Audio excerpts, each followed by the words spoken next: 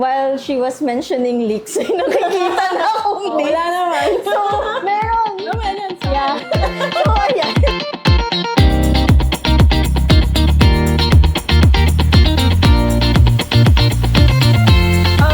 For me naman, of course, it wasn't 100% smooth and easy. So we've had problems along the way.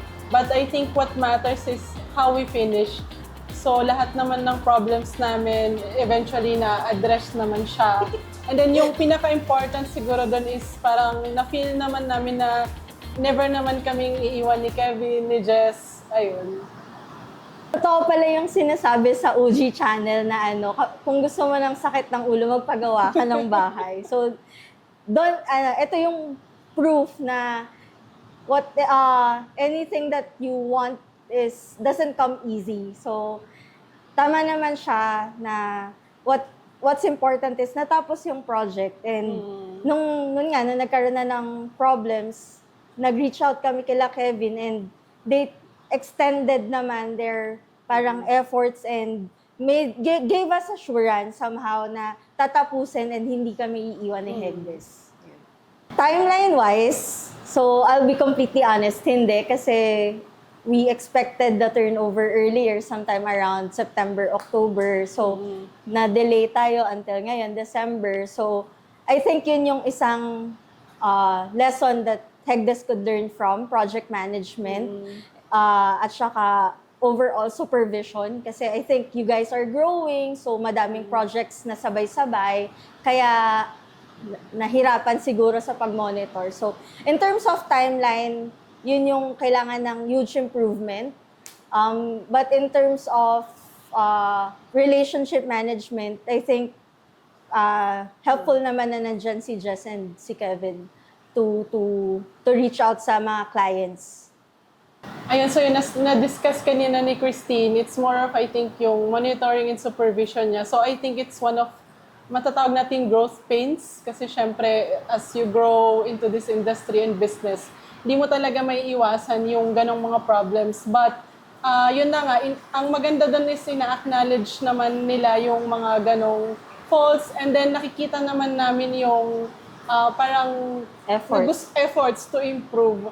So, I think yung masasalamat siguro namin dito with Hegdes is that, yun nga, hindi kami iniwan. And then, of course, may nababalitaan tayo sa ibang mga projects, di ba, na iniiwan ng contractor, ganun.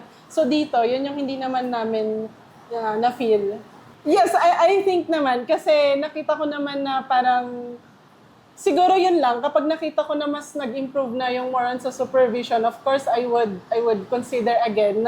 Kasi yung pinaka-okay nga doon is I think okay yung management. More on improvement lang siguro I think pagdating sa parang pagpili ng workers, yun lang.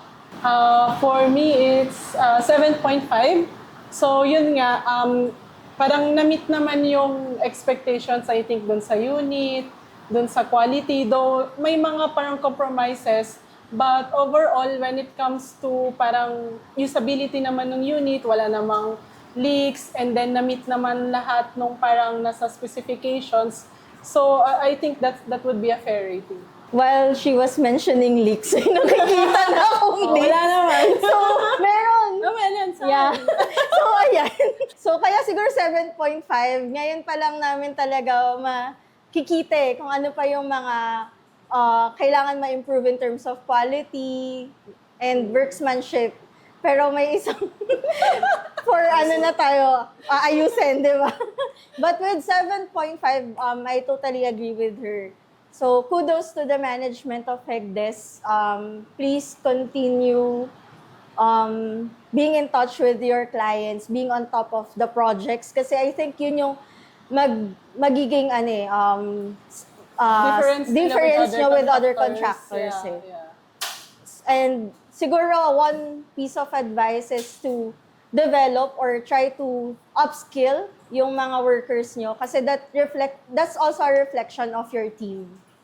Sila yung front-facing Sila yung madaling mapapagalitan at makikita ng clients na, ay, bakit ganito, ganyan?